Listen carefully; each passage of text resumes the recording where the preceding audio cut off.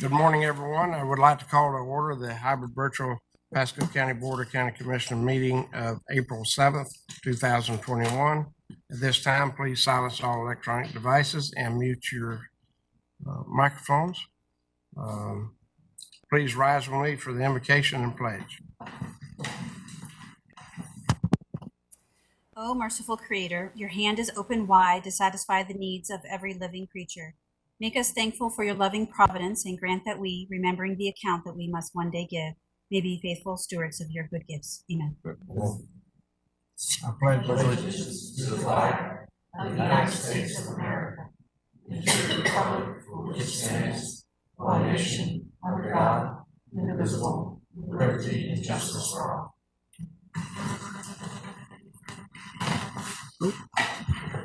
Madam Clerk, please call the roll. District 2, Commissioner Moore. Aye. District 3. Here. Aye. District 3, Commissioner Starkey. Here. District 4, Commissioner Fitzpatrick. District 5, Commissioner Mariano. Here. District 1, Chairman Oakley. Here. And Commissioner Fitzpatrick's parking her car and will be in shortly. So, okay. Mr. Steinsteiner, please go over today's proceedings with the BCC. Be happy to, Mr. Chair.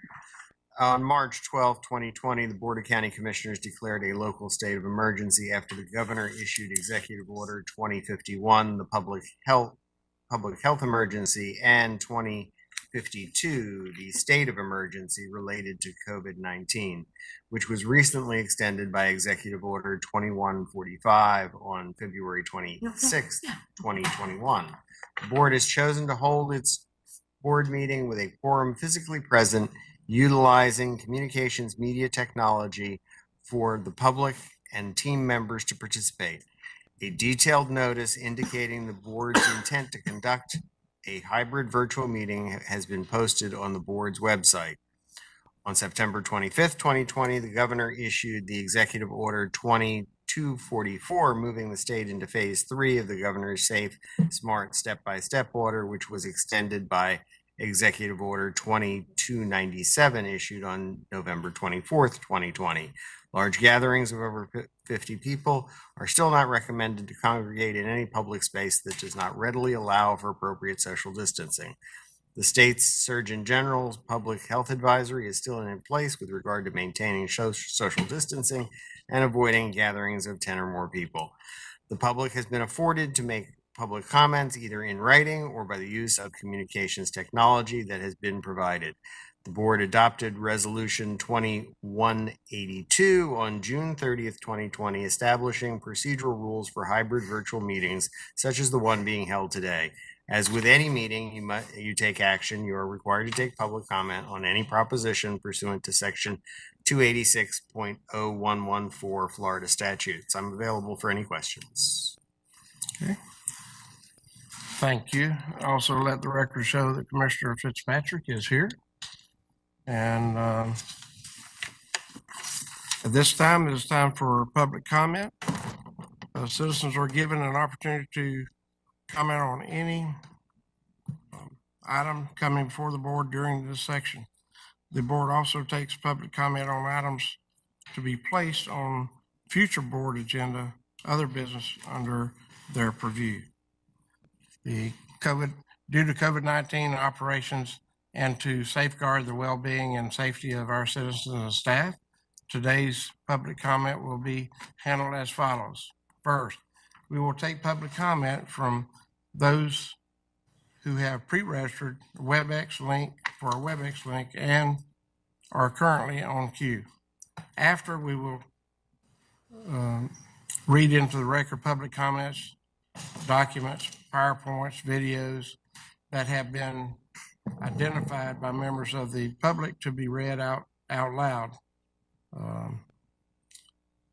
played during the meeting, or received and filed. Finally, we will take public comment from those currently signed up at the kiosk station. Comments are not to exceed 3 minutes per person. This new format does not waive the request that when you address the board, comments are not directed personally toward any commissioner or team member, but rather directed at the issues. This provides mutual respect between board members and the public. For WebEx and kiosk participants, after sharing your name and address for the clerk, the timer will sound and will start a countdown. After 2 minutes, one beep will sound, letting you know that 1 minute remains. After the time is up, 2 beeps will sound, indicating 3 minutes are up, and you should close your comments. WebEx participants will be disconnected when their time is up, and kiosk participants will be asked to step away from the kiosks. Madam Clerk, do we have anyone pre-registered to speak on WebEx? There are 6 pre-registered to speak on WebEx. However, only 1 has logged in. Okay. We'll take that one first. Okay. I have Greg Wegner. Sir, if you can say your name and address for the record.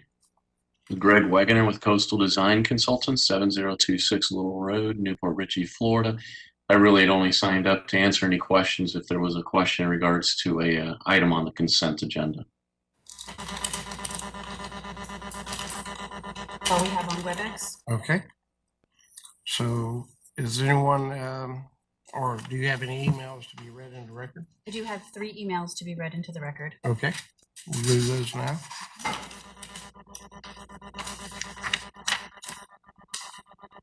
The first email I have is from Stephanie Ramirez. Address is 6149 11th Avenue, Newport Richey, Florida, 34653. Hi, my name is Stephanie. I write to you today with a growing concern of a citizen. I wanted to personally point out the fact that I am using the excuse that I'm religiously exempt from wearing a mask. Please review the civil rights law enacted in 1964. According to the Civil Rights Act law from 1984, it states that a business is not able to discriminate based on religious belief or race. It also states that the business is obligated to serve a customer under these terms. Also, what about HIPAA law? What businesses are not allowed to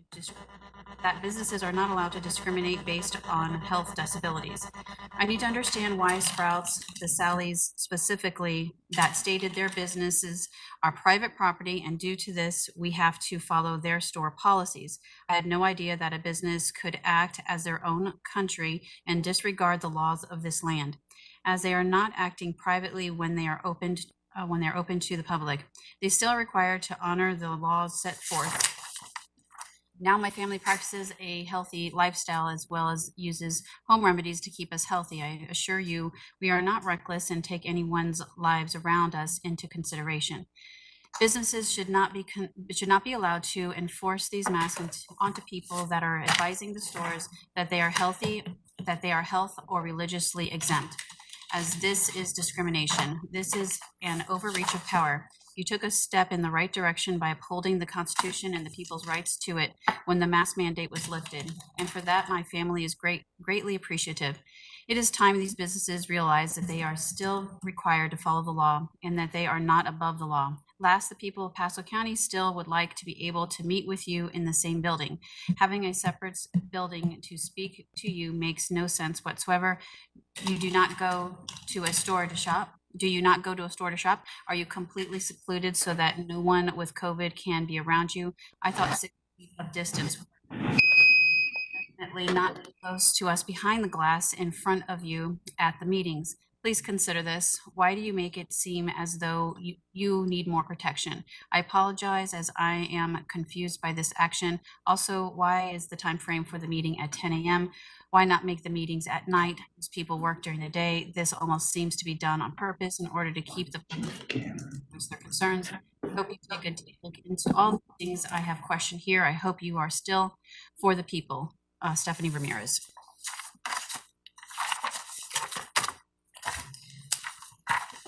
Second email is from Natalie Cronin. Address is 5111 Amulet Drive, Newport Richey, Florida, 34652. Hello, Commissioners. First, I would like to express my appreciation for ending the mask mandate. This is a vital step in returning to life as we used to know and enjoy it, and makes us feel heard. A good and vital next step is attending the meetings in person instead of having to talk into a kiosk. County employees and others are allowed into the room, and they are not inherently cleaner or safer than ordinary everyday constituents, and I'm willing to bet that they do not live sterile and isolated lives outside of the workplace. This is therefore highly pointless security theater.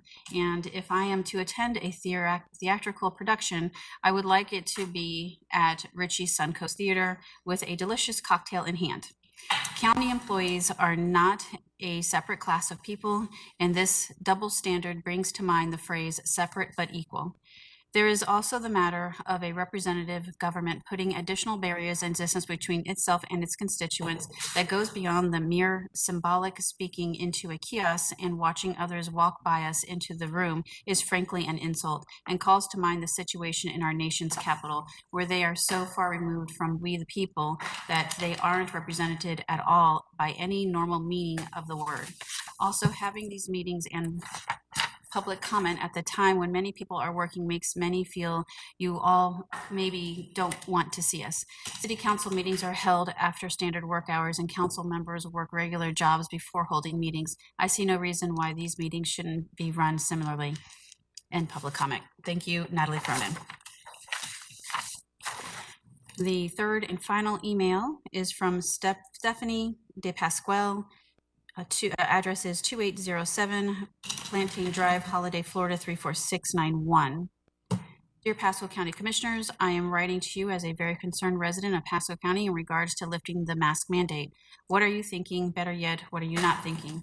I will tell you all that I will not step foot in any public. Sorry, let me try that again.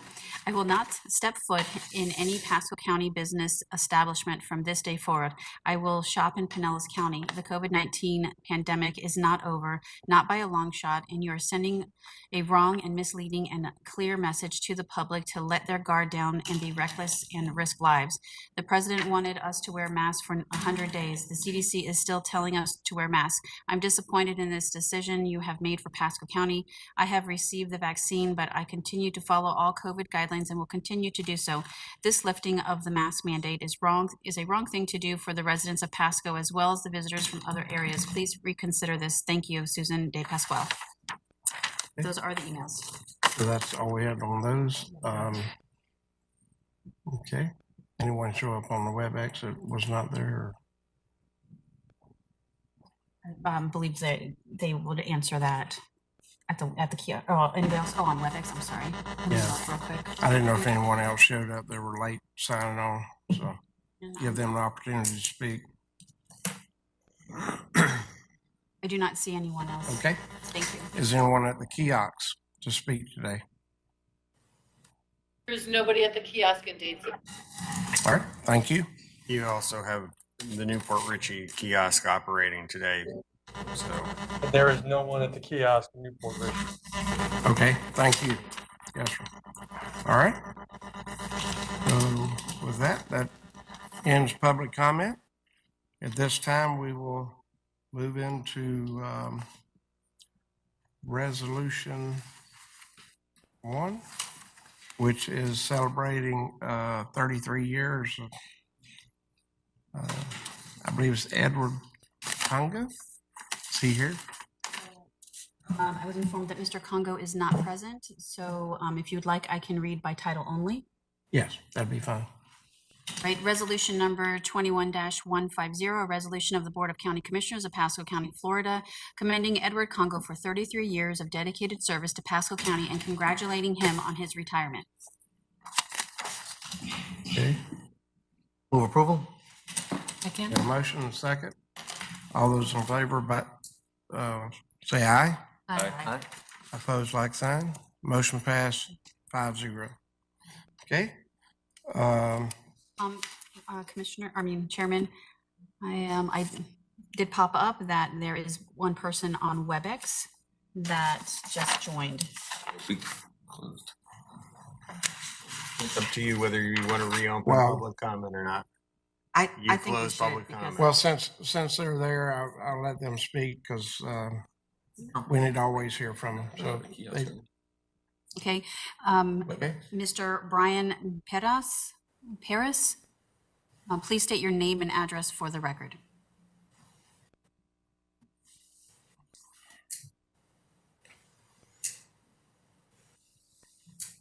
There.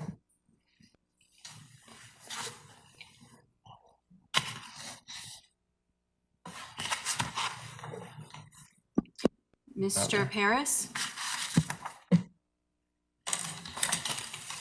Is he able to? We do have one person at the kiosk now. He's in the video. Do you want to try to go there and then see if Mr. Paris can speak to us afterwards? Okay, we'll go to the kiosks. State your name and address for the clerk. Alexander, 5038 Colonnade Avenue, Holiday, Florida. Okay. I'm running for 36th District against Amber Mariano, Pasco County. I'd like to mention my name to all you commissioners of the board. Also, there is a situation that's ongoing that I've tried to reach out to each of you commissioners in regards to Pasco County Parks Natural Resources Department over ordinance 402.5A. I have been in touch with Dave Goldstein. I have been in touch with Keith Wiley. Can people hear me? Yes, we hear you. Go Hear me? ahead. Yes, sir. Okay. This ordinance basically states that as a mobile food vendor, you can only set up in any county park for 104 days. Now, the way it's worded in the ordinance, it states any location for 104 days. So basically, I'm a mobile vendor. I own a barbecue trailer. I set it up at Antelope River Park, normally 6 days a week. The problem is that I was given an ultimatum by Keith Wiley that I can only set up 104 days a year. He made the ordinance, then passed it down to the county attorney's office. Elizabeth turned around, wrote the ordinance in legal format. She put location. She didn't put the park. There's 5 vendor locations within the park. I am the only vendor at Antelope River Park. This has been going on now for 3 months. Keith Wiley said he was going to bring it to the attention of the county attorney's office. I have been in touch all last week with Dave Goldstein, Keith Wiley, Christina. Can you hear me? Yes, sir. Okay. Yeah, 1 minute. The bottom line is, I want the Board of Commissioners to address ordinance 402.5A as I am the only vendor at Antelope River Park. And if I leave, because I'm given an ultimatum of 104 days, the patrons of the park have nothing. Can't get any food, any beverage. The ordinance is ridiculous. I would like it to change so I can be permanently there. I'm starting a petition with the patrons of the park to present to the state senators, Ed Hoover, to Senator Simpson, because nothing's being done by Keith Wiley. He's made nothing but empty promises. I have 1,000 emails from customers, from complaints. Pasco County needs change, folks. Big change. And I hope that in 2022 I bring it. Time's up. Thank you Thank you, very sir. much all for your time. Thank you for your comments. Yes, sir. Thank you. Someone needs to silence their microphone, as we're getting a lot of feedback off a microphone out there. Oh, I wonder if that was me. Can someone, I don't even know if people can hear me. So Mr. Paris just spoke. He is. Oh, can you hear me? I apologize. I've been trying to get on, and I finally got the password, and this technology stuff I'm not good at. I apologize. But whoever said my name, you said my last name better than I could, so that was pretty cool. But my name's Brian Paris, I am. Mr. Paris, can could you you guys hear please me? Am state I your able to address go for right the now? record? Mr. Paris, could you please Oh, state okay, your yeah. address for the record? Yes, ma'am. 7401 Allison Street, Port Richey, Florida 34668. Thank you, sir. Go ahead and proceed. Okay, thanks. So first off, I want to get off by saying thank you for removing the communist mask mandate. That is, you guys finally listened to we the people. Should have done it a long time ago. I heard that email about the person that's scared crapless that still wants the mask mandate. Well, that person can stay home while the rest of the strong people get out there and work and then pay for them to sit at home. But anyway, why I want to also address why the public is not allowed to come into the building. You guys are hiding behind Dan Biles or Giles, whatever his name is. That guy is not an elected official. You guys are the elected officials. You guys are supposed to be the strong ones. You're supposed to lead us. You're supposed to lead Pasco County into the next into the next generation. You're the leaders. You're who's elected. If you guys don't want to be reelected, that's no problem. Most of you guys will probably not be reelected, but we want to continue to have strength and keep removing any communist laws that go against the we the people. Also, I want to thank the Pasco County Sheriffs. All them guys, you guys are so underappreciated. We thank you for your service. We thank you for what you do. But there will become a time when you have to pick your oath over your job. And we hope you pick the oath of we the people. That's pretty much all I have for now because you guys did the main thing as far as removing the mask mandate. Thank you again. We appreciate it. God bless you and God bless America. Thank you for your comments. Anyone else? No one else is on WebEx. Okay, so this time we close public comment, but everyone that was going to speak, it looks like they've gotten to speak now. So we'll move forward with the consent agenda. And here's my pool sheet.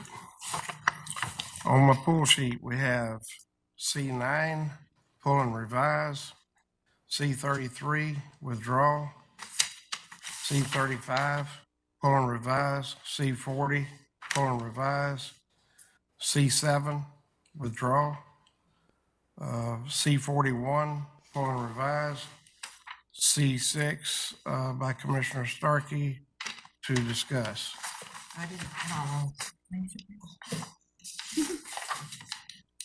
Okay.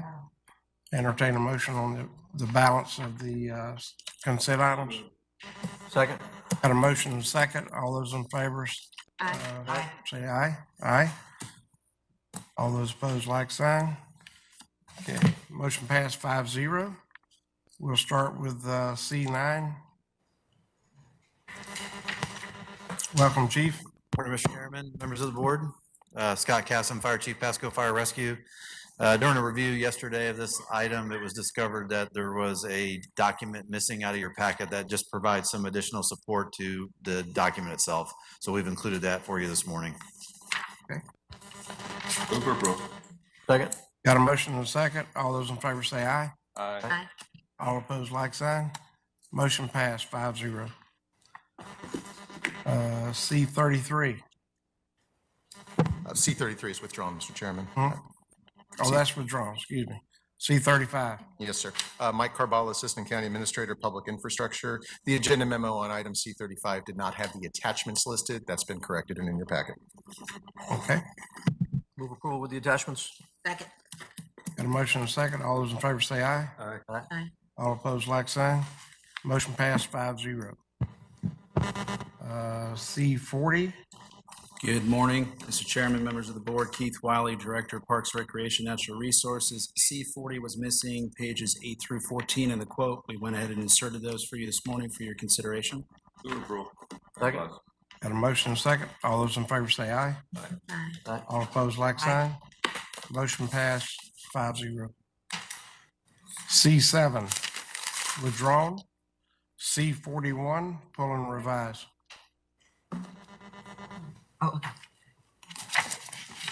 C41, the term on the amended agreement was changed from 18 months to 3 months.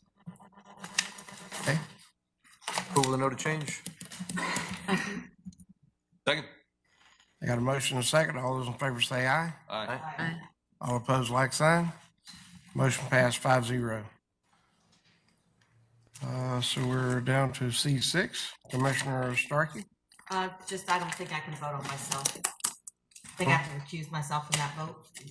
Mr. Chairman, we had this discussion right before the board meeting. I don't know that there is a special private gain or loss with the commissioner being appointed to the workforce board, but if she wishes to, in an abundance of caution, to abstain from the vote, would be fine. we'll file it for me. Okay, For clarification, I am already assigned to the workforce board, but now what this does is allow me to be a voting member.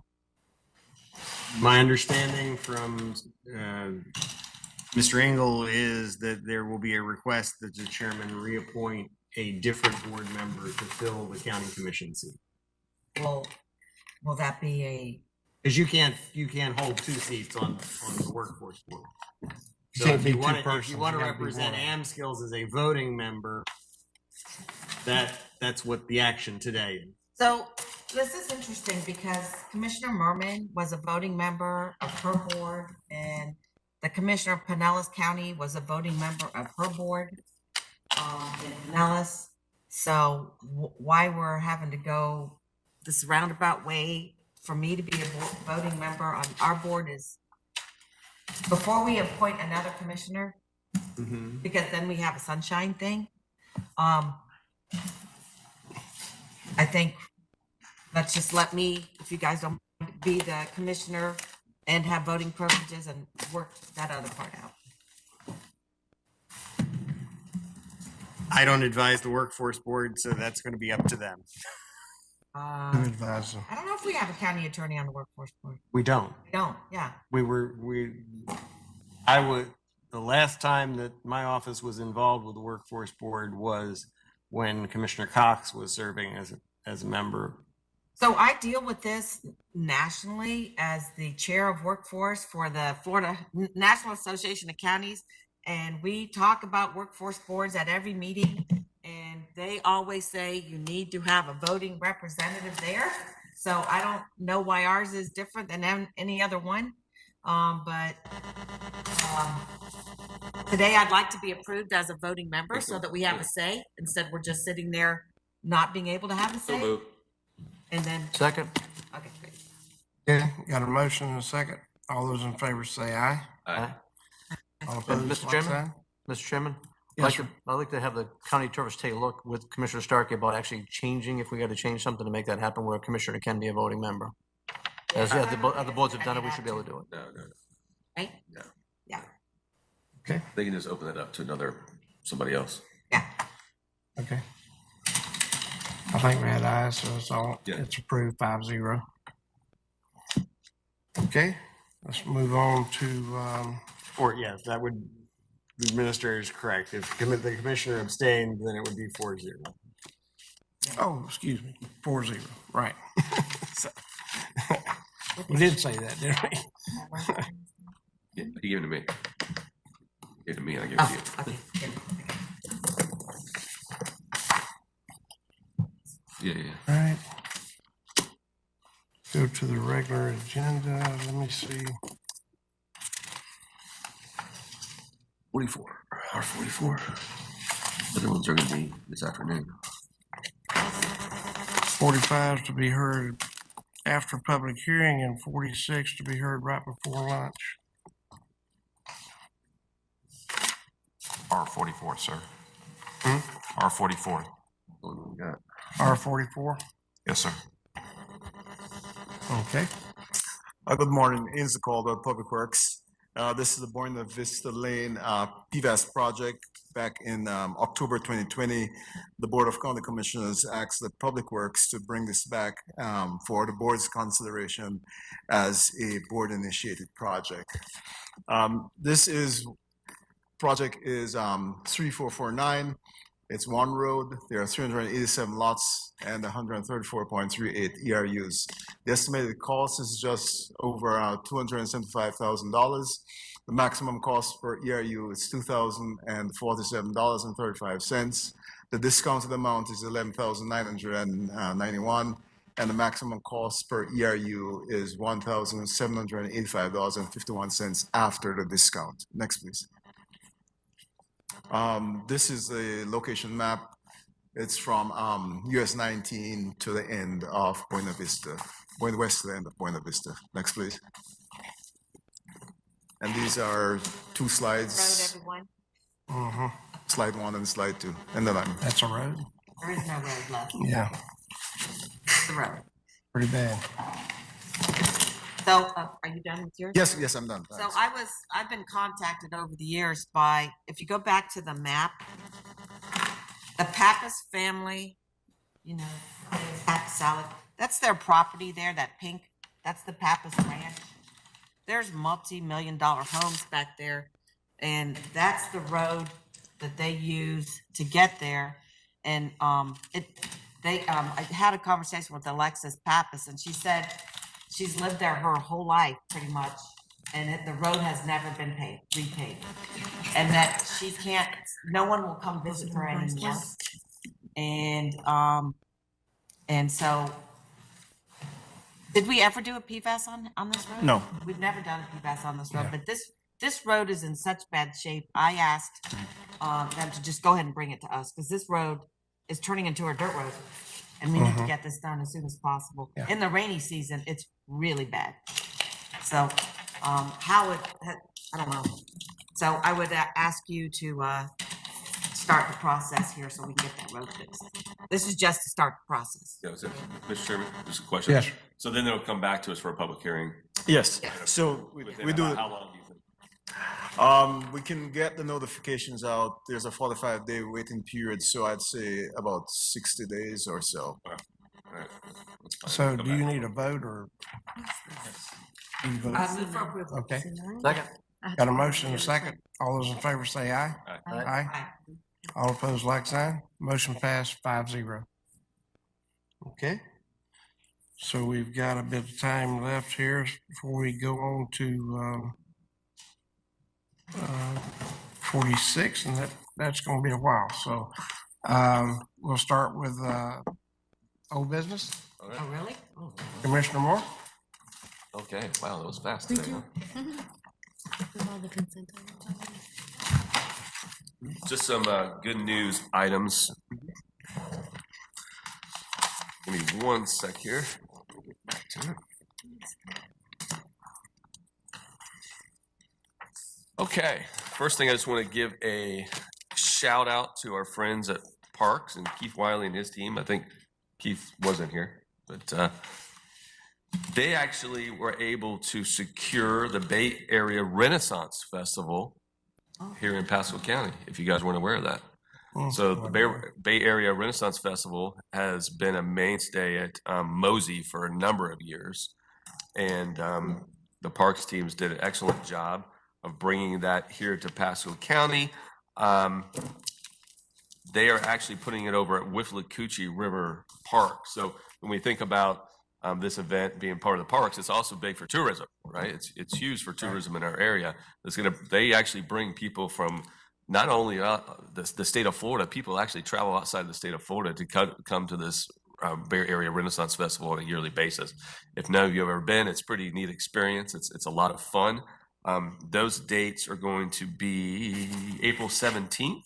It'll run 6 weekends all the way through May 23rd.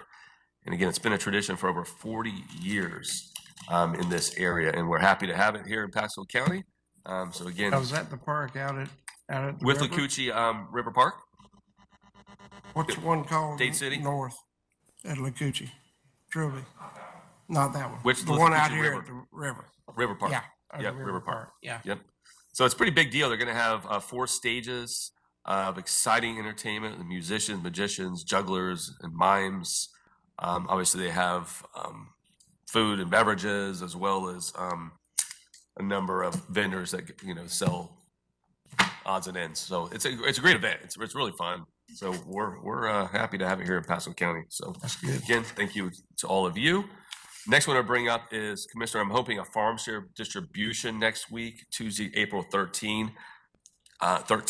Last time I hosted it with Representative Maggard, obviously they're in session now.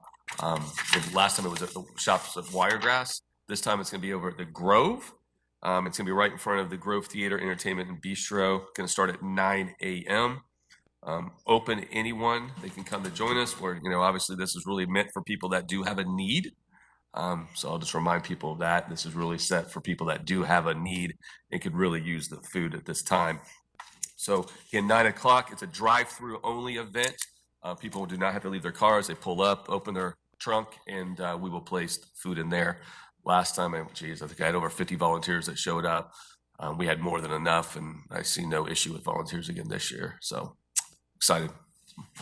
Be great for the community. And again, we like moving it around a little bit to give more people an opportunity throughout that area. And the last thing, the ABC Action News highlighted Wesley Chapel. That was on March 26th. They focused on Wesley Chapel, and many staff members and community folks were a part of that. It was just a really, really good way to highlight Pasco County in that Wesley Chapel area. I think the week before they had done Newport Richey, if I wasn't correct. So they reached out to Tambry in early March. I did an interview with them, Keith Wiley, Adam Thomas as well, and a number of our team members. And they actually chose the county facility Wiregrass Ranch. Sorry. I mix it up myself sometimes too. The Wiregrass Ranch Sports Campus of Pasco County is where they did their live shot all morning.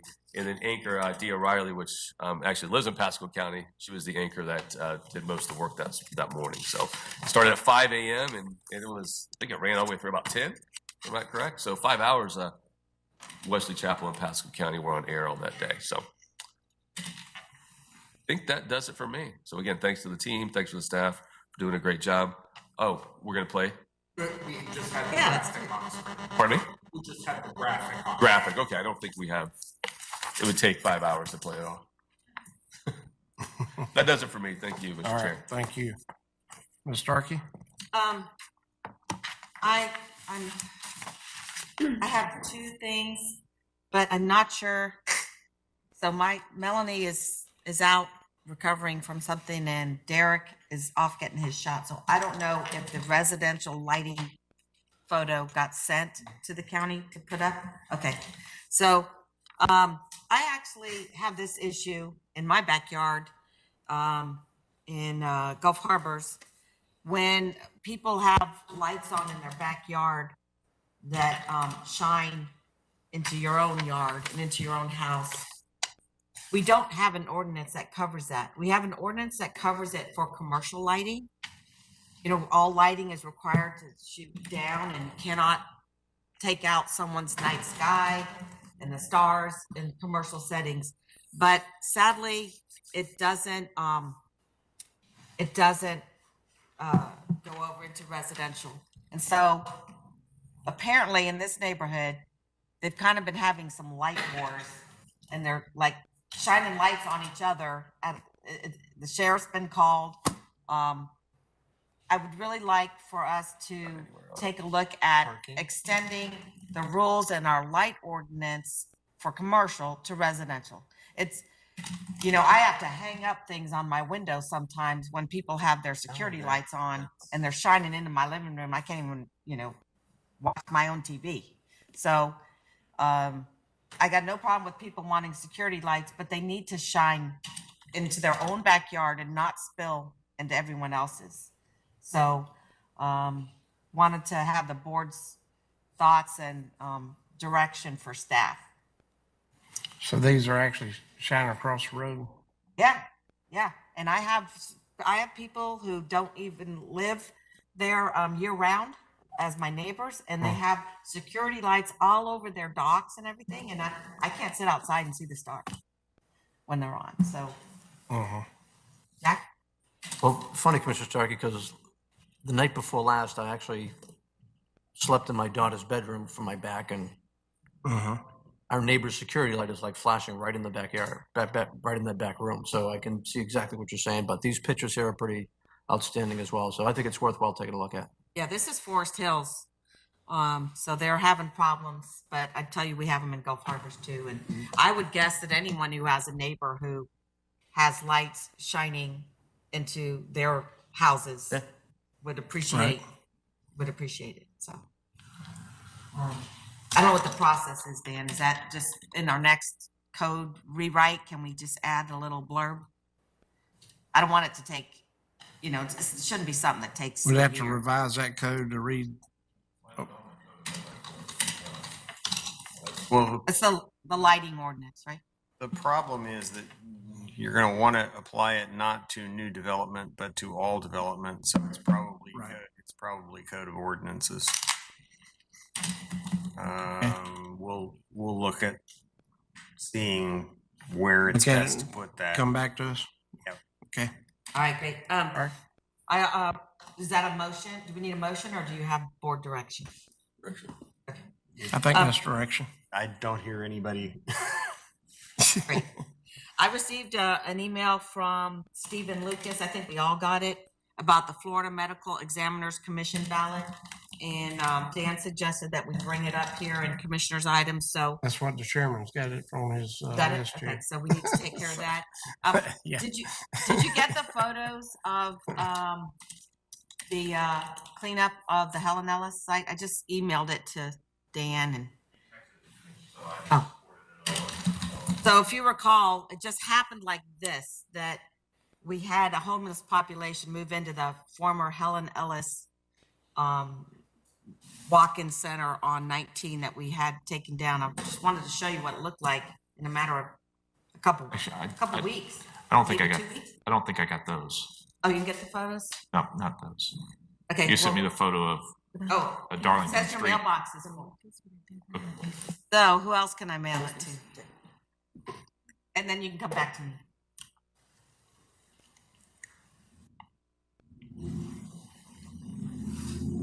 It wouldn't go. Nope. You said that Jordan. Maybe my mailbox is full. That's, One of them. okay, I'll try again. So come back to me because it'll take a second for them to Okay. load that. All right. Ms. Fitzpatrick? Thank you, Chairman.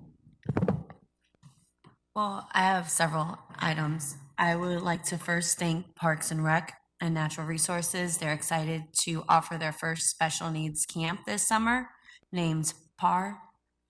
PAR Camp. PAR stands for Pasco Adaptive Inclusion Recreation. I'm very excited that we're going to be able to offer the special need summer camp this summer as well.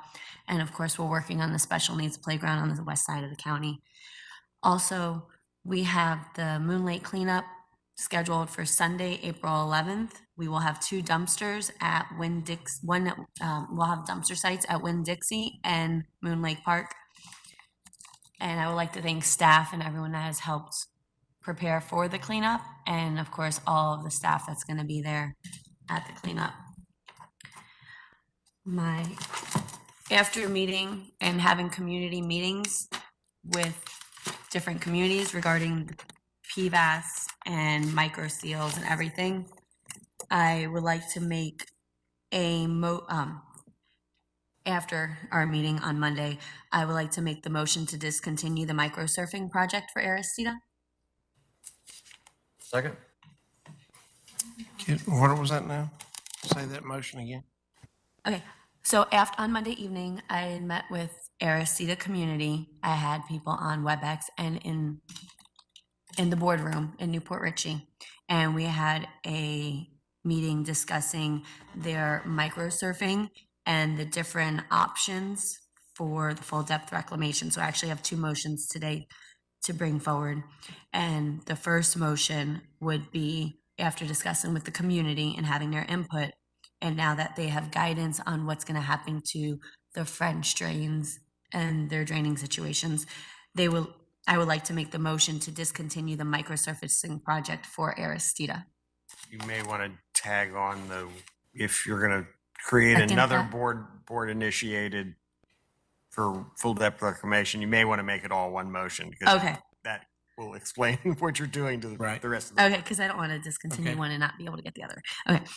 So I would make a motion to discontinue the microsurfacing project for Aristida and motion to start the process for a board-initiated full-depth reclamation for Aristida. Second. And a second. Got a motion and a second. All those in favor So, say. So the Aristida microsurfacing was a board initiated. Right. So in effect, the board is discontinuing that board initiated and moving to a full depth reclamation, which is going to require new noticing to be sent out to the neighborhood. Okay. And that'll change the cost to it. It'll on change, that? it'll change. They're aware Because of the they'll costs. look into stormwater and other issues on that road. So, Correct. okay. Thank All you. those in favor say aye. Aye. All opposed, like sign. I don't think I can vote. No, you can't vote. Okay, sorry. Okay. I did not. You I abstain. don't know. I abstain. Thank Okay. So it's all those against.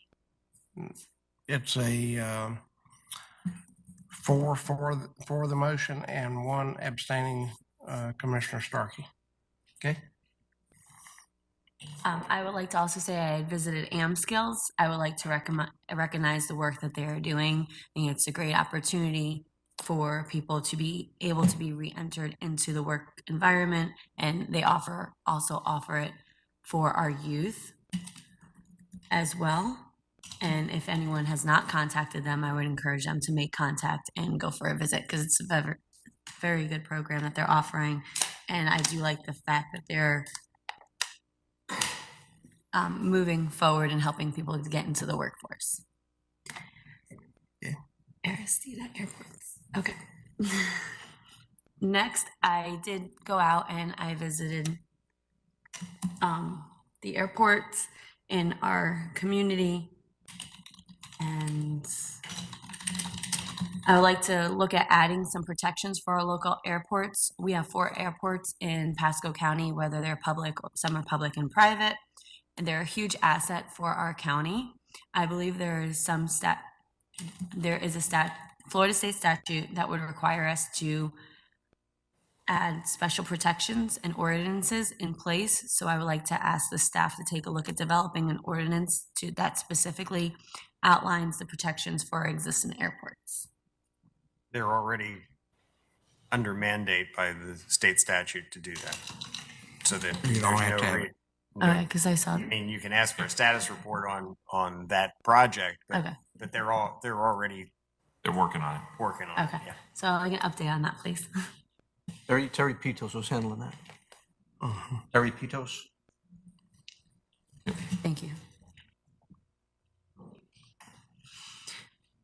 And lastly, I would like to thank Dan Biles for having the courage to lead us through this pandemic. The mask mandate was very difficult to navigate, and I think I would like to go over some of the numbers that they have discussed. They said 70% of our 65 and up population has been vaccinated with at least one, and also 57% of our population 50 and up has also been vaccinated.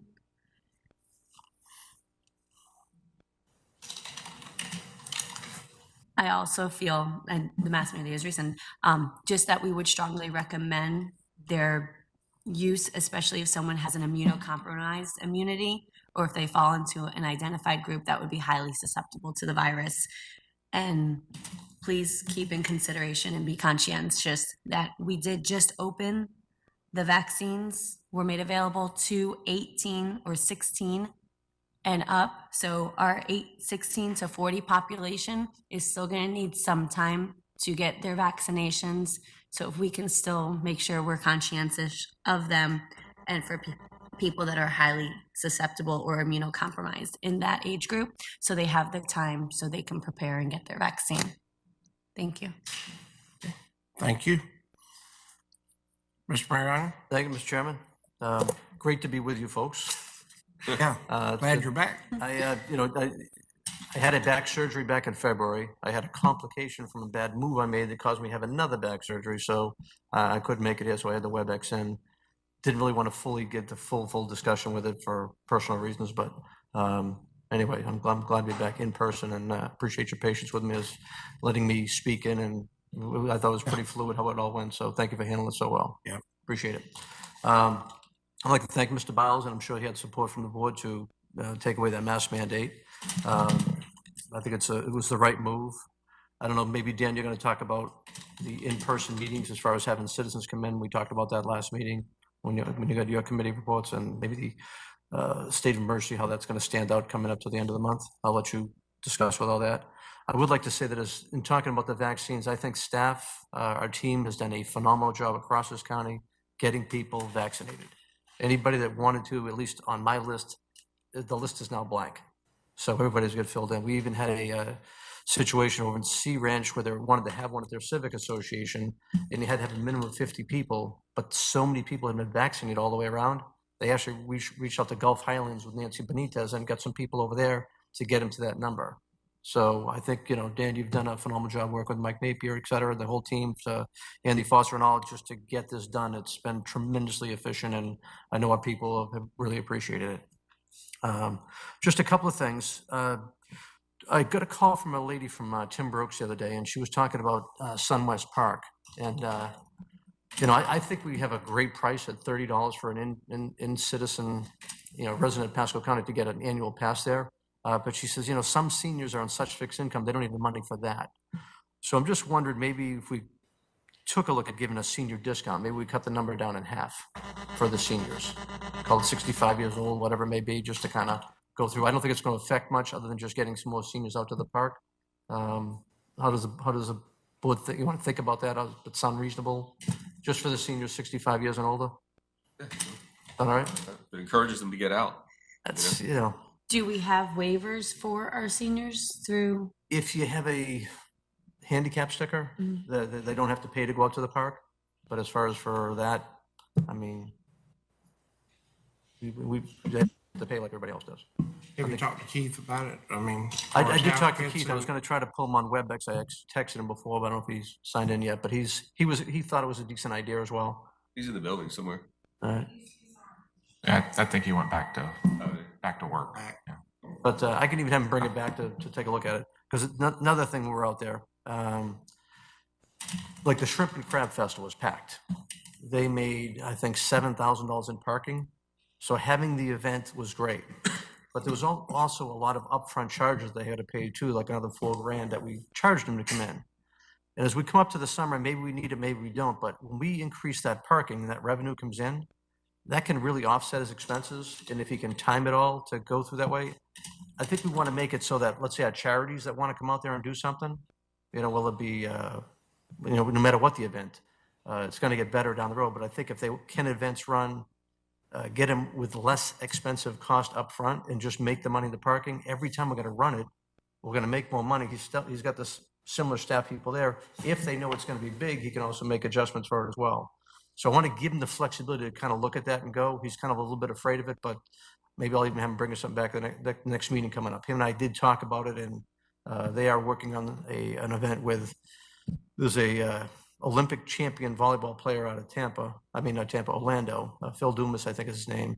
And he's wants to come in, support with another guy down, Beach Bums down in St. Pete, and actually run concerts and volleyball tournaments, would be sand soccer tournaments, and maybe some summer camps for our kids coming up here. So I want to make it so it's advantageous for them to come in and do it, drive people to that park, and then in the next year or so, when we have a restaurant come in, a hotel coming in, now we've got a good infrastructure set up to make it, again, more beneficial for everybody that's out there, especially our citizens. One of the things that was a problem that I didn't like that I saw was that this other concert that they had, they were charging people to park, and it used to be, I think, $10 to get into the concert part of the area with all that stuff. Well, they had to raise the price up to $15 to make it come in. And I think by the time you look at that number, it's like, do I really want to go in there for that? And it kind of has a negative effect. And one of the things, and I'm glad to see Alex is here from the Sheriff's Department. One of the things, if you would get with Keith Wiley as well, one of the things that they have when they set up these things as far as permitting goes, they look at how much sheriff coverage they want to have out there. And one of the things is I think they have the sheriff's office, 2 deputies there an hour before they even open. And it's slow enough getting in, the parking's just coming in. I don't know if I need a deputy for all that time. Whenever there's alcohol involved, we want to have it there, but I don't know if they need to be there an hour before. an hour after might be better. So if you work with Keith and judge on the safety, et cetera, but just kind of like, we would just want to cut the cost down so these guys can bring in more events and make it more appealing for all our people and help the tourism aspect of the park go. All right. That's all I have, Mr. Chairman. Get it with Keith and then have him come back and give us a little Yes, I'll report keep on them it. back, but I just want to Yeah. kind of run those ideas we had talked about. So. Yeah, that'd be All right. great. All right, thank you. Anything else? That's it. Thank you. That's it. Mr. Biles? Yes, sir, I have a couple things.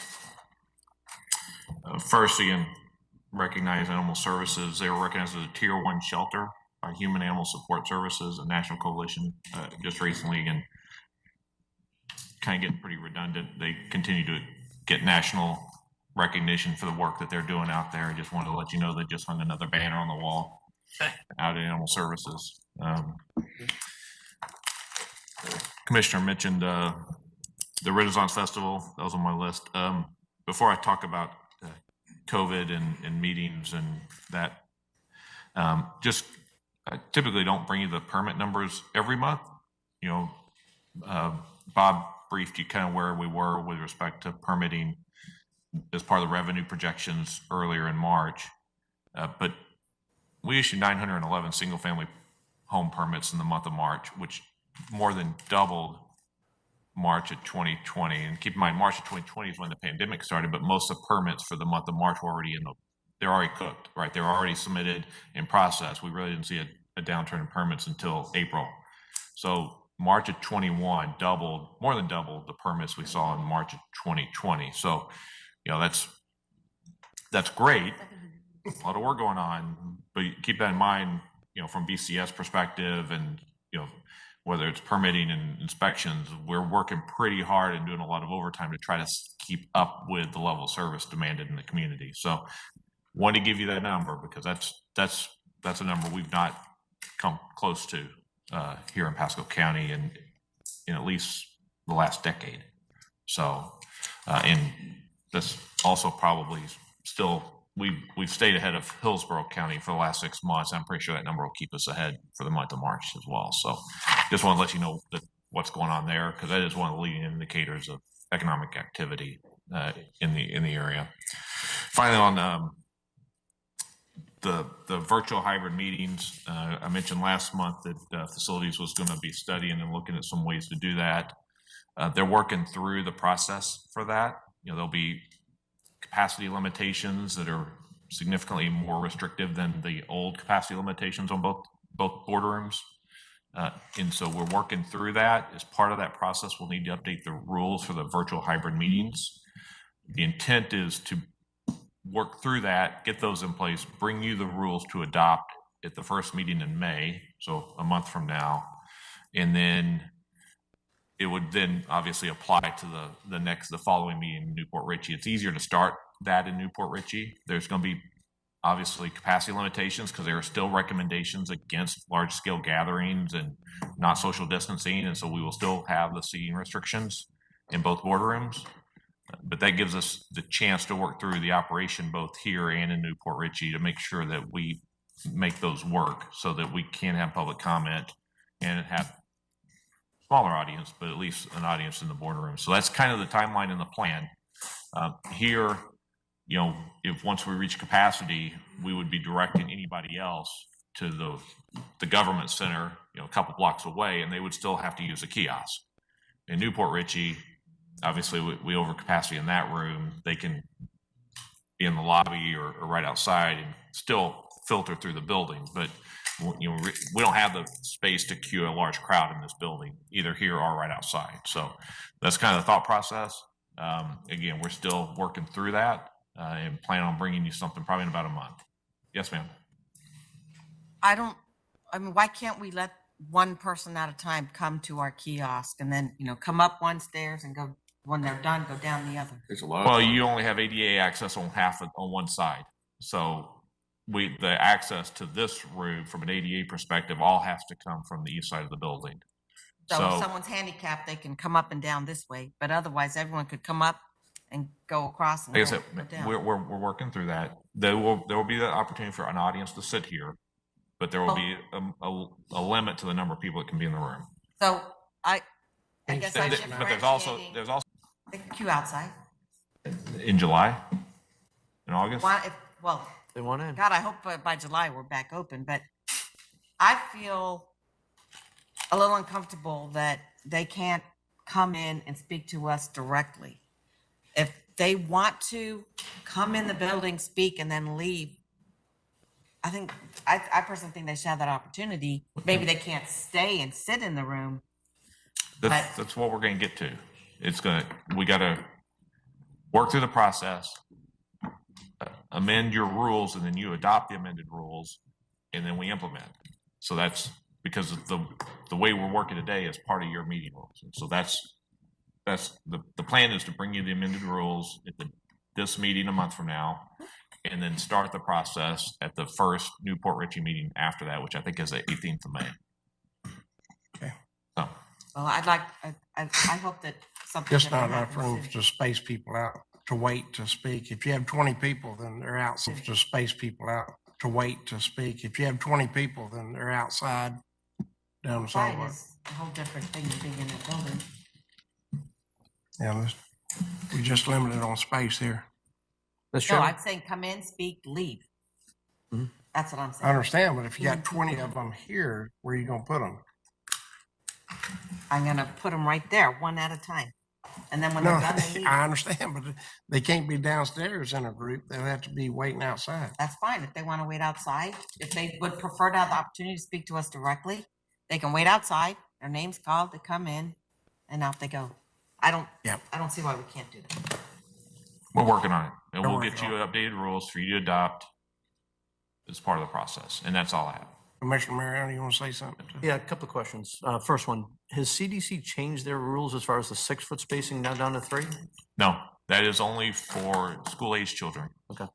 All right. For so- contract tracing purposes. That's fine. I just want to clarify. I thought that was the case, but I just want to see if anything. Yeah, might it's have still, changed. it's still 6 feet for 15 minutes is a contract tracing guideline. So that's still their recommendation. So let's say for a public comment, let's treat it different than public hearing, because the public hearing, if you get a whole neighborhood here, that changes things dramatically as far as how the input can be had. But for public comment, for generally speaking, I don't think we ever have more than 5, 10 people at the most coming in.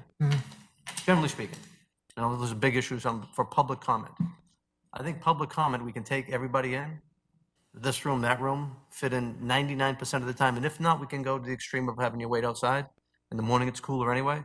But I think we can take all the public, want to speak at the morning public comment, and bring them in the room, let them sit in here. And if they have to leave, especially for this building, one at a time, when they're done speaking, they're going to walk right out and go down the elevator. There's no extra contact involved. So I think we can at least do that part. I think that's The public hearing you can the go work rough on, but I plan, think you should yeah. really do that even the next meeting. There's no need for it. I mean, we're not going to fill up the whole room. And if we do, we'll go over whatever the capacity of the room, we can then just have them wait outside. I just don't think we're going to have that issue. Be careful what you ask for. So they come.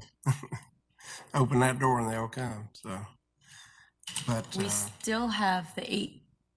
I feel we should still give the 16 to 40 age group the opportunity to get vaccinated if they want that vaccination, so they can feel safe coming out and doing things like everyone else. well, they're working on a plan. Yeah, again, if the board wants to do it next meeting, just provide us that direction. Otherwise, the plan we're working on is to make sure we have all the processes in place for you to approve the change to the rules at the May Dade City meeting to implement at the May Newport Richey meeting. Mr. Chairman, So, does it have to be changed at the same time, or since we can come up with a safe plan and accommodations at Newport Richey, allow Newport Richey to be in person, but still continue Dade City to be hybrid, or does it have to be at the same time? Got to present it. I think my preference would be that you'd want both the operation at both meetings to be roughly similar. Yeah. So that if you're having in-person public comment at Newport Richey, that you have in-person public comment in Dade City. I just think that makes, I don't think you want to treat the locations different.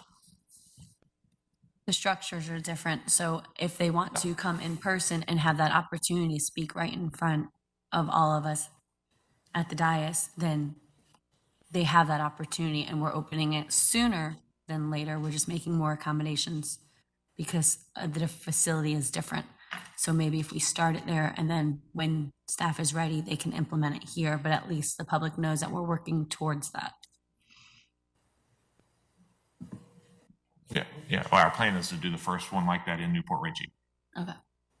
And I guess the question really is, do you want to do that next meeting, or do you want to let us finish building the processes, kind of test it out, make sure it works, and then bring the rules to you for adoption, which would be at the Dade City meeting in May for implementation in Newport Richey on the May 18th meeting. That's kind of timeline we worked out because we want to try to test the processes first. And if you try to do it in 2 weeks, we kind of going to not give us a lot of time to test the processes. That sounds like a good plan. But I mean, it's up to the I'm good will with of your plan, the board, so we'll do it either way. Mr. Chairman?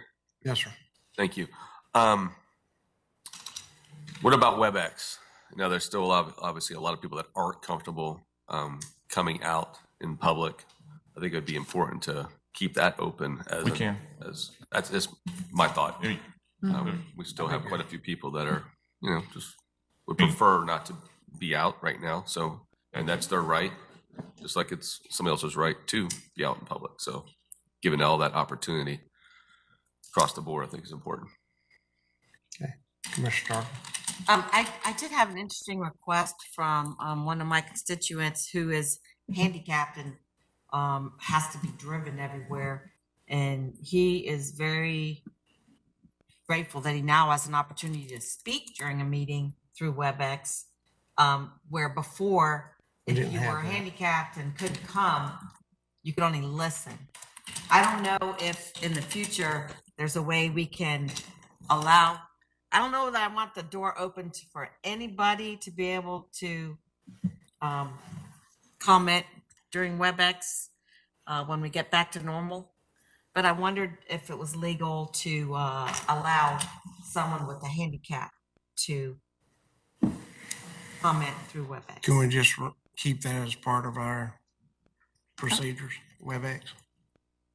Well, I'm not sure that you can Continue WebEx for all. exclude a majority of the public from using a tool that you're providing. I'd have to look at that. I mean, Yeah, it would be there fair. is no reason why you can't continue, because we have historically always taken written comment from anybody who wants it and made it part of the record, right? As the accommodation, but I can look and see whether leaving computer access for only those with a disability. I wouldn't limit it just to those people. I would have it for everyone, and that way anybody can come on WebEx, or they can be in person if they would rather be in person. So, but you have more people that probably rather sit there on WebEx and speak to us than others. So that you got them both ways. Some want to be in front of us. Some of them, I think, don't have a problem with WebEx. So I agree to opening it up to everyone and not just singling out the handicap, because then if someone appears by WebEx, you're going to be singling them out because then they're going to have that title. All right. We could be opening a Pandora's box, though. We could sit here for 2 hours. Or it's open to everybody right now. I can call in from anywhere and say something. They're already doing it now. That's how it's right now. I think what you're doing is you're easing into it. So you're doing a slow conversion to coming back live. So you, for maybe over a 3 or 4 meeting period, you do that kind of conversion. People become more comfortable. We only had a few people. My fear is that the other way, you seem to be singling people out as well that can't make it out, or maybe have the underlying health issues that their physician said they have to stay home. And if we don't give them that opportunity, I think that opens up a can of worms as well. Well, then if you have to have That's everyone easing be it in. able to do WebEx forever. No, we didn't say ever. We're saying ease it in. Well, that's what I'm saying, that after we stop this virtual stuff. What's wrong with WebEx for people to do public comment? Yeah, I don't know. Okay, I would- we'll see if we maybe it's our end up new- not being able to do any business. Maybe our it new doesn't get norm. like that, but. Well, I mean, it's wide open to everybody right now. We had like 6 people signed up, but I know, think but only right now you have 2 or to 3 showed well, up. when we don't have virtual, they have to take the time to come And it's more of an effort, I guess. And, you know, maybe that's good, maybe that's bad, but But then people are asking us to have meetings in the evening. At least if it's WebEx, then they don't have to take a whole day off of work and they can take just those 10 minutes off of work. Yeah. And they don't feel we'll left have to out. make a decision at some point whether We we will. want to go one way or another. But Dan's hearing us. I mean, I think so. he Yeah, understands. bringing something back and then. Mr. Mariano? Right. Thank you, Mr. Chairman. Yeah, I think the WebEx is a great idea. The technology improvements have been amazing for the past year. If nothing for COVID, you can say that technology for the Zoom meetings, WebEx has been much more productive instead of being disruptive for other meetings that I've had as well. So I think if we incorporate that in for our people that can't make it, but they just want to put in their 3 minutes worth of comments while they're at work or whatever, and they can do that, that makes it easier. If someone's handicapped, that's great. I think the big fear, and I will say years ago, we used to have public comment at the end of the meeting. Someone could actually sit out there for 8 hours waiting to speak from a break to another break, especially if it carried over public hearings. What we're doing now is much better. And there was that big fear about what if we do that? What's going to happen? Are we going to set ourselves back? First couple of meetings get a little bit busy, but then just later on it got better. And just like our public hearings, I think, when we do the budget, if you're doing a good job pretty much all the way through, no one's going to show up. They're going to have confidence what we're doing. I think everything we're doing is going to, as we free this up, they're going to get more and more comfortable with it. I do want to stress, I do firmly believe that I think, Dan, you can make this happen at the next meeting, at least for the morning part of the public. Afternoons, we'll maybe wait a meeting and as you put it through, but I don't think there's any reason why we can't have our public in here, sitting in this meeting, sitting in Newport Richey. If it's more people than that, we can put them outside and one by one, just like someone's running the kiosk, somebody can run the new people coming in to replace the ones that walk out the door. Won't cost you any more time, any more labor, but at least it'll give everybody a comforting feeling that they can come and speak in front of us like they so desire. So I think he can make it work in the next meeting. Well, I'm okay with giving them time to do it the right way, so I want to make sure it's the right way. So if they can do it by then, I'm good with it. If they need that time, Dan, you can come back with us and let us know. So we will go back and work on it, test it, get with, county attorney's office on the rules. And if we can make it work. Fair enough. The challenge is that's actually less than 2 weeks from today. So. Right. But that's one where you would actually have to adopt the rules. Now, see, we have public comment before you adopt the rules. Right. So we actually can't change it. Yeah, we got to change. Oh, so yeah. Yeah. You have to have the time to be able to change it. I understand that. So bring it back next meeting. Everybody does. If you can't do it today, you got to bring it back anyway. So there you go. Bring it back to us and tell us how you're going to work it out. So, Okay. on the next meeting. Forgot that one piece. So. All right. Anything else? I think I'm done. I'm looking forward to the next presentation we're going to have here in a second from our fire rescue guys. I don't have anything for you today. Thank you. Madam Clerk? I have a quick update. I was appointed by Senate President Wilton Simpson to the Executive Council for the Clerk Support Operation Corporation. I know, I'm so excited. Congratulations. It's actually a really, it's a big responsibility. I'm excited for it. The council makes recommendations to the legislature in regards to court-related service charges, fines, fees, and costs. We also develop workload measures and performance standards and review and approve the 67 clerks' budgets statewide. And we also prepare and submit reports to the governor as well as the legislature related to budget developments of the clerks and their expenditures. So I'm very excited about this. I'm excited that I'm representing Pasco on this statewide board. I am humbled and honored by Senate President Simpson's appointment, and I will do a great job for Pasco. Thank you. No, you will. Yes. Thank you. Good job. Anything else? That it? That's it. Okay. Thank you. Good. I only have about 20 things there. First thing I have, we've been asked by the State's Medical Examiners Commission to complete a reappointment ballot form to consider the appointment District 6 Medical Examiner Dr. John, I'm going to say this, I may mess it up, Thogmartin, I guess is the way you pronounce it, which serves Pasco and Pinellas County. We're asked to rate by checking one box, either favorable, unfavorable, or no opinion, with explanations if possible. So this is the form. Fill that out for all of us. Yeah, I'll take care of that. Very good. Does anybody here know anything positive or negative against the medical examiner, or ever heard anything? Don't hear anything negative, you must be working good. Right. Yeah, I don't hear anything about them, so. But I would need a motion and a second. So move. Second. A motion and a second. All those in favor say aye. Aye. All opposed, like sign. Motion passed. Okay, I'll take care of that after the meeting. That's somebody you want to get to know very well, is it? Do what? City of Dade City has asked for a letter of support for their wastewater treatment plant relocation and upgrade request for funding from Congress. Current plant is built in 1950 near Moore Mickens, and the new plant is, they plan on building it on Sumner Lake Road, just east of the railroad tracks out here from Dade City, and right next to their spray field. And so they're asking for a letter of support for them that go through Congressman Bill Rack's office. Okay, so I need a motion. So move. And a second. Second. Motion second. All those in favor say aye. Aye. Aye. Motion passed 5-0. I would like to thank Mike Shoemate for arranging and housing our Pasco County Animal Services facilities with hosting our Pasco County Animal Services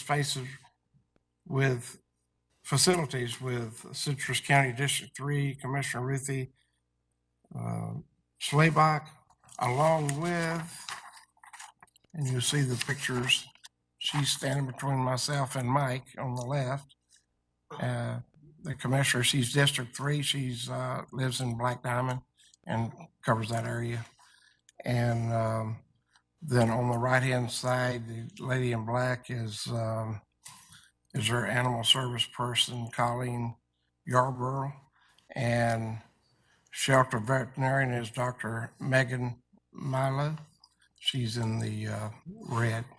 So we toured them around the animal facilities, and it was very interesting. I thought Citrus County was bigger than it is, but it only has 149,000 citizens. And I would have surely thought Homosassa, Inverness, and Citrus, Crystal River would have had more citizens than that, actually. So, but we were glad to host them, and their facility hadn't been taken care of very well. And I suggested she talk to her fellow commissioners about not continuing to kick a can down the road, go ahead and take it's up against the curb and go ahead and take care of their issues so they can be set and ready. So we gave them a very good example, and with a national recognition of 2 of our employees in the animal services. They're doing a great job, and thank Mike Shoemate's leadership in doing that. So it was very good.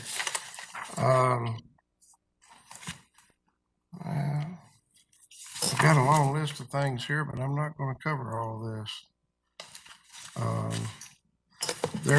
There's a lot of issues coming to us, and we're growing as much as we are growing. Small business seem to, with the COVID and everything they've had, we need to be very on guard and listening to our small businesses. There's no way to incentivize them now with any of our ordinances, but I think in the future we need to make plans to possibly do that, because there's a lot of mom and pops that are having hard times and want to be good business in Pasco County. With the survey we've had here recently, I think there's about over 60% of our businesses that were part of the survey have been in Pasco County over 10 years. And that's pretty good. So they're not only coming here in new businesses, but they're staying. And we need to make things business-wise and make sure that customer service-wise that we're doing the right thing in all of our departments. And staff, they're working hard. And Dan told you about over 900 permits. you know, the building department's having a hard time with that many. That's a lot of extra. It's double the work for the same amount of people probably. We've added, I think, one or two, but not a lot. But we need to be aware of what's happening in our county and look out for them in the future. And I'm talking about near future and far future. If we're looking out in the next 5 years to the next 10 years in some areas. I'm going to be setting up a committee for the Northeast rural area to be looking at it for, there are some areas within that need to be, we started a commercial park up in Lacoochee, and there's a business related to the first manufacturer we have there. It's going to come in there also, so there'll be two of them. And I think we need to make room. We're going to have to cut out some areas for workforce housing out of the rural area so we can do those things necessary to make that a success. And it's already headed toward success.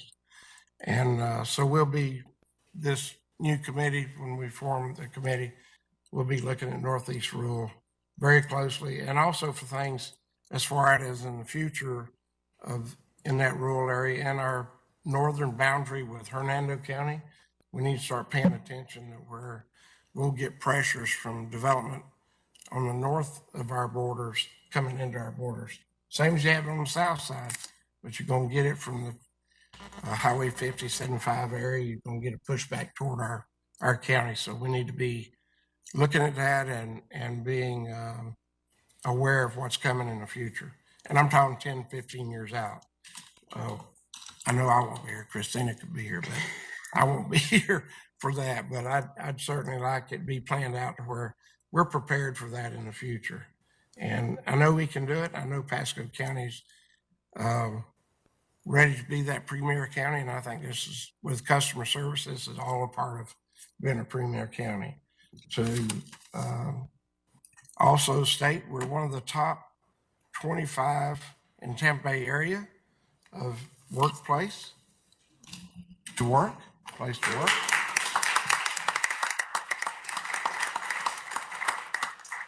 And that's based on all of your efforts and all of our staff's efforts. Because it doesn't get there by one person. It gets there because we're a team. And our team needs to continue working together and getting where we need to be.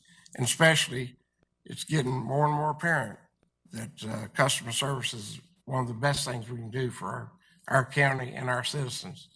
Because they're coming in, some of these small businesses having a hard time going through the process. We're making changes to where we can help them go through those processes.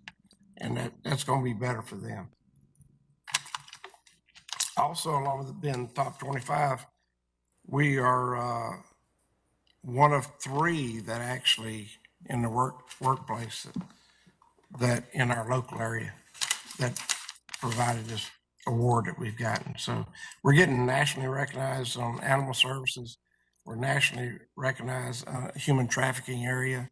And I mean, many areas that we're doing things differently. Connected City, when they came in, it was a way of speeding up the process and smoothly and getting things done better and a little bit quicker.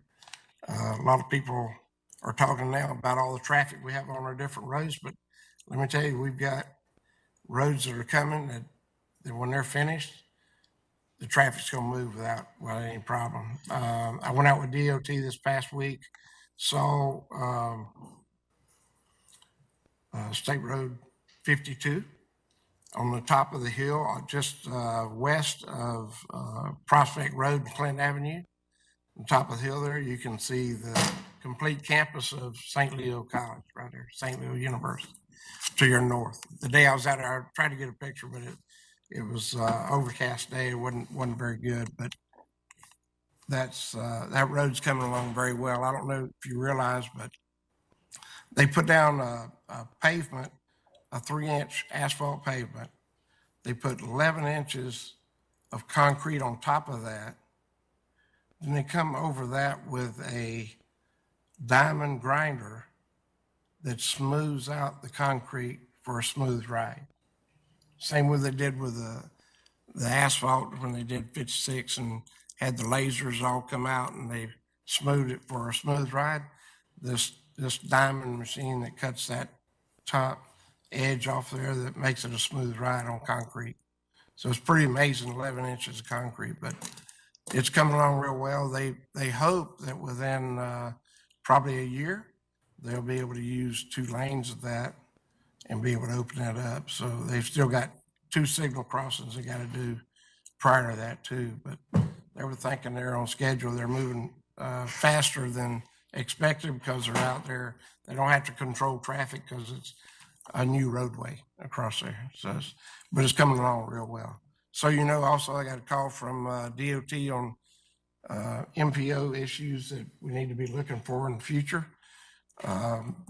They're going 4-lane 301 on to 50 to our north. They're going to 4-lane the bypass around Dade City here, and they're going 4-lane 98 going to Polk County. So those issues have to be placed on MPOs for funding, and we'll be ready for that when it comes time. So, but it's a lot of roadways, and there's a lot of work being done by DOT in Pasco County.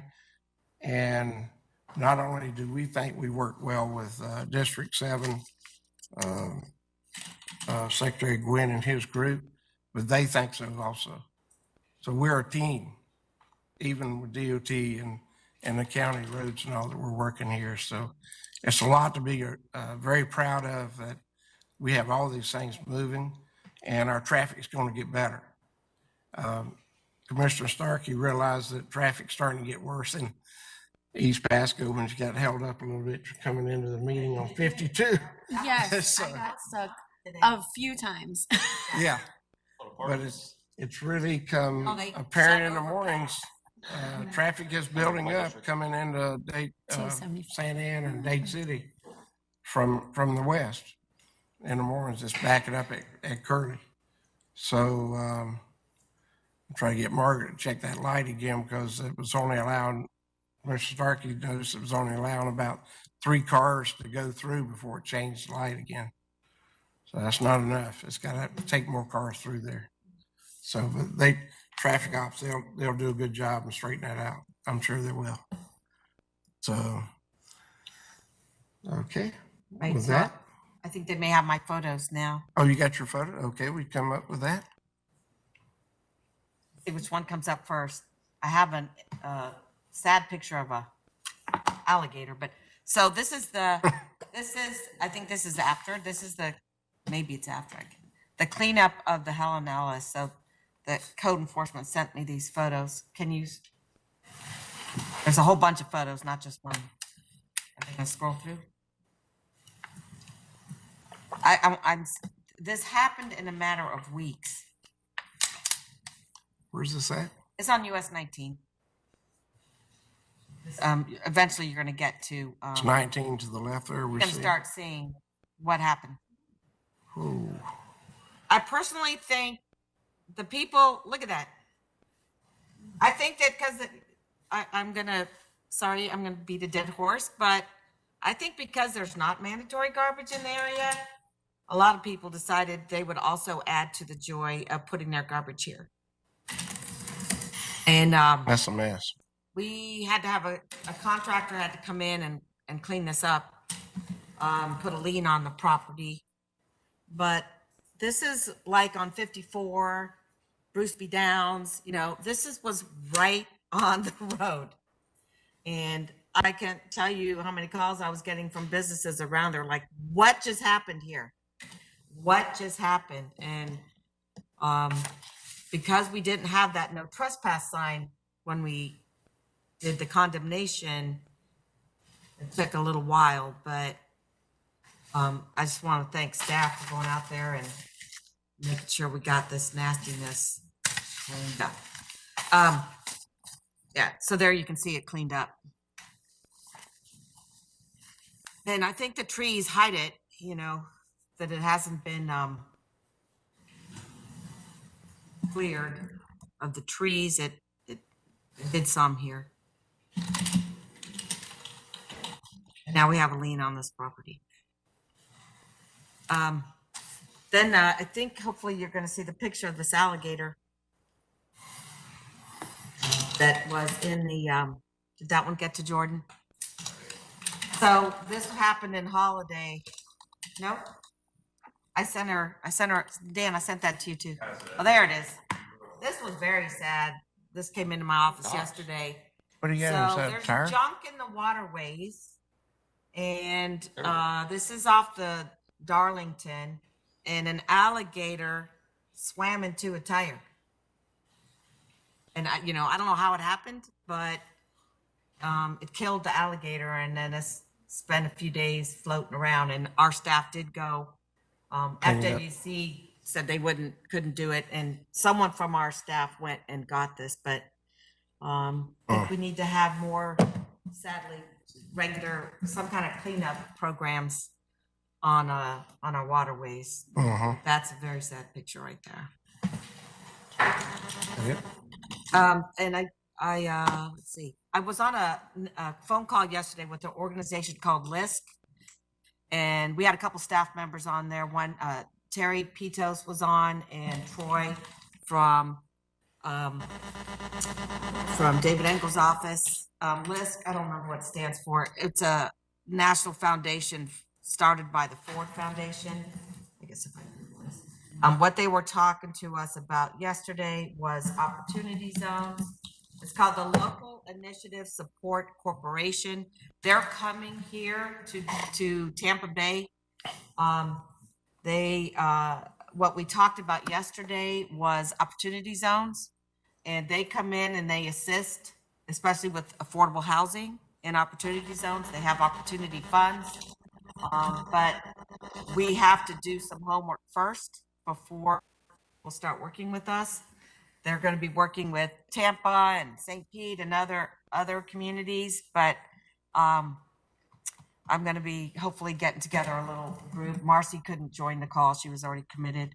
And definitely want to see if we can take advantage of this national organization that brings money from Verizon, Ford, big corporations into communities to help them, especially in rural areas.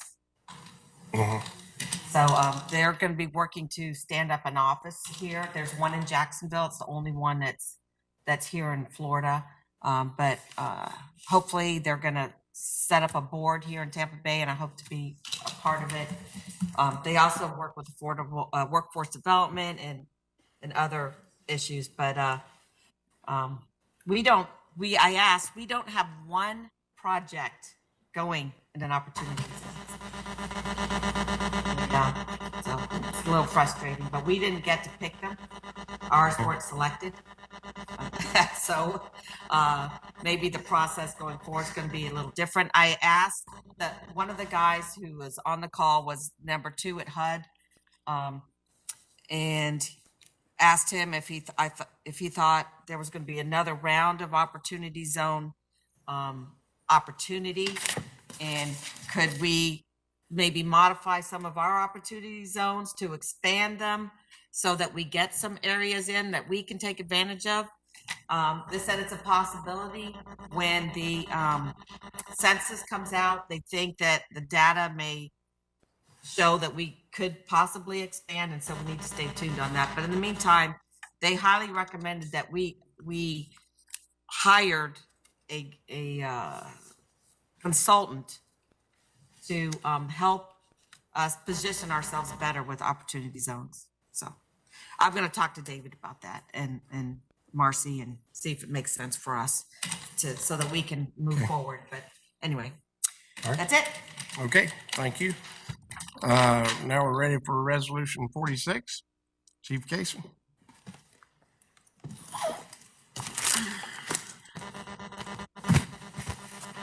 Sorry, you threw me off by resolution. Thank you, Mr. Chairman. Scott Casson, Fire Chief, Pasco Fire Rescue.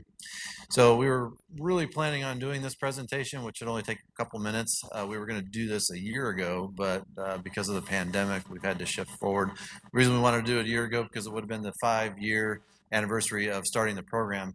For those of you that recall, 5 years ago, or now 6 years ago now, we came to in front of the board to ask for some money in cooperation with our utilities department, actually, to make a purchase for what we now call our Squad 1, which is our Special Operations Unit. And that was the very first part of our Special Operations program. And for those of you that don't know, Special Operations is kind of a subset of emergencies that's outside the normal, I shouldn't say normal, but for us it's normal medical calls and fires. So those are the things like water rescues, trench collapses, hazardous materials, heavy vehicle extrication, things of those nature, things that we call low frequency. I mean, they don't happen very often, but they're very, very high risk. There's a lot of risk for things to go bad and for people to get hurt.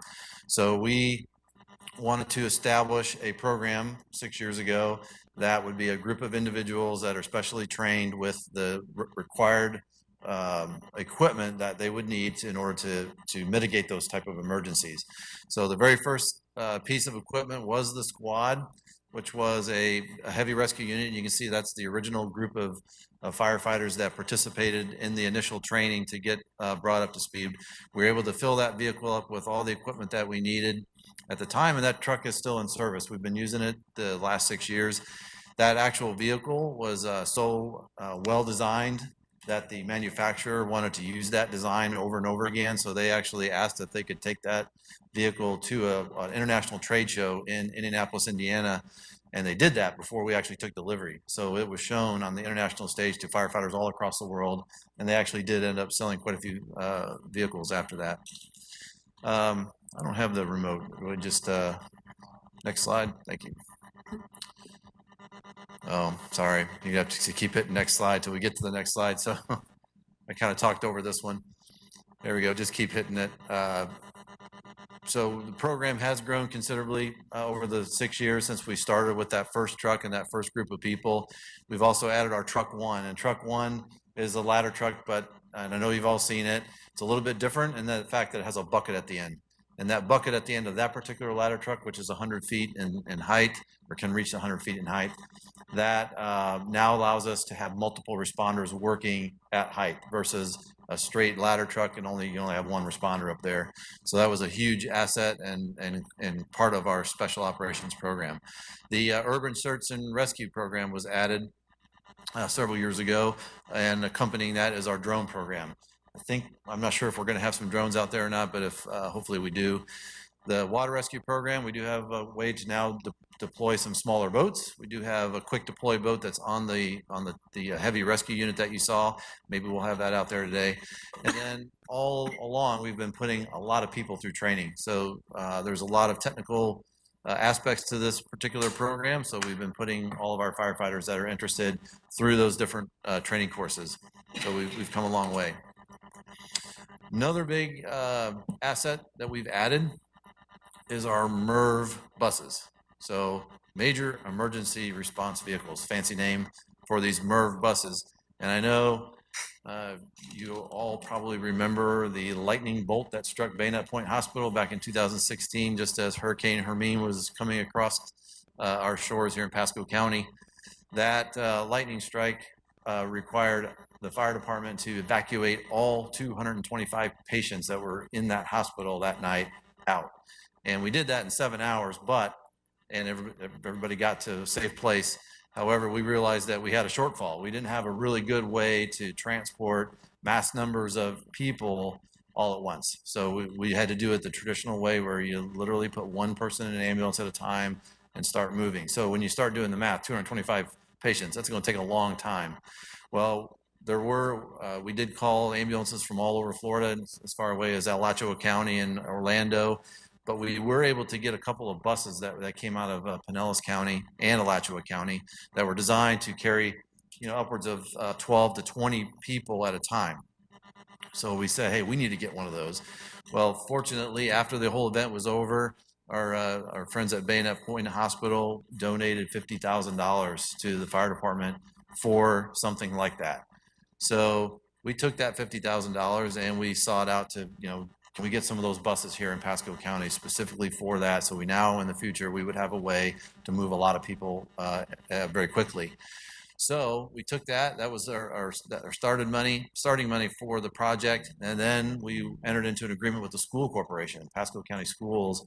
We're very, very fortunate to work with them, and they were able to give us a couple of school buses. They donated us 2 school buses that we ended up making into these vehicles. We also got a grant from the state of Florida that allowed us to buy the equipment that will allow now us to put patients in the back of ambulance or in the back of the bus laying down and be able to take care of them that way. But more importantly, we had a lot of our own employees put a lot of sweat equity. They actually built what you're going to see out there here in a few minutes. They built all of that stuff themselves with all that equipment that was donated. They put it all together. We were able to get the paint job. It wasn't donated, but it was dramatically discounted. Same thing with the striping package, the lighting that you see on there. A lot of it was done by our own employees, but also through discounts from various local vendors here in Pasco County. Next slide. We also had the same situation with these special operations trailers. So special operations, it covers a lot of ground, and we've amassed a lot of equipment because a lot of what they do, you may only use it once every few years, but when you need it, you need it. So there's a lot of heavy equipment that we have to carry around, and some of it, since we don't use it very often, we put it on these trailers. So when we do need it, we have it tucked away somewhere here that we can deploy it. So we have a couple of these big semi-trailers that we got 100% donated from Great Bay Distributors, which you may recognize those as former beer trucks. I'm not sure which company they worked for, but we did get them from them, including the semi-tractor that's going to pull them. Same thing with the paint job and the striping packages and some lighting that was done on all those. All that was done through donations and sweat equity. Next slide. So you see there, just through the process over the last 6 years, partnering with our community has saved, it says thousands of dollars, but it's probably more likely hundreds of thousands of dollars, and has brought our special operations program to where it is today. Next slide. So I specifically wanted to mention these particular partners that we've worked with over the last 6 years. Of course, Bayonet Point Hospital, or Bayonet Point Medical Center, Great Bay Distributors, Pasco County School Board, Pasco Health and Medical Preparedness Coalition, Pasco County Health Department, King Auto Body, and most importantly, all of our hardworking employees at Fire Rescue that put a lot of time and effort into making this project a reality. Next slide. Very cool. So that's the end of the. Here? That is all here. Yeah. So that's why you saw the barricades. That's why they have it blocked off. Yeah, we had the barricades out there last night. So thank you to They've had that blocked off Chief for 2 Rum days. and the Dade City Police Department who worked to organize that for us. But we did bring some of that equipment that you saw there in the slides out there. So you're more than welcome. I know we want to do this right before lunch break. So if you want to take 5 minutes and walk around, you can see some of the equipment up close. Yep. We're actually going to adjourn the meeting right now so we can go outside and look at the equipment, and then we'll come back here and restart the meeting at 1:30 with public. Very good. Thank you. Appreciate the time.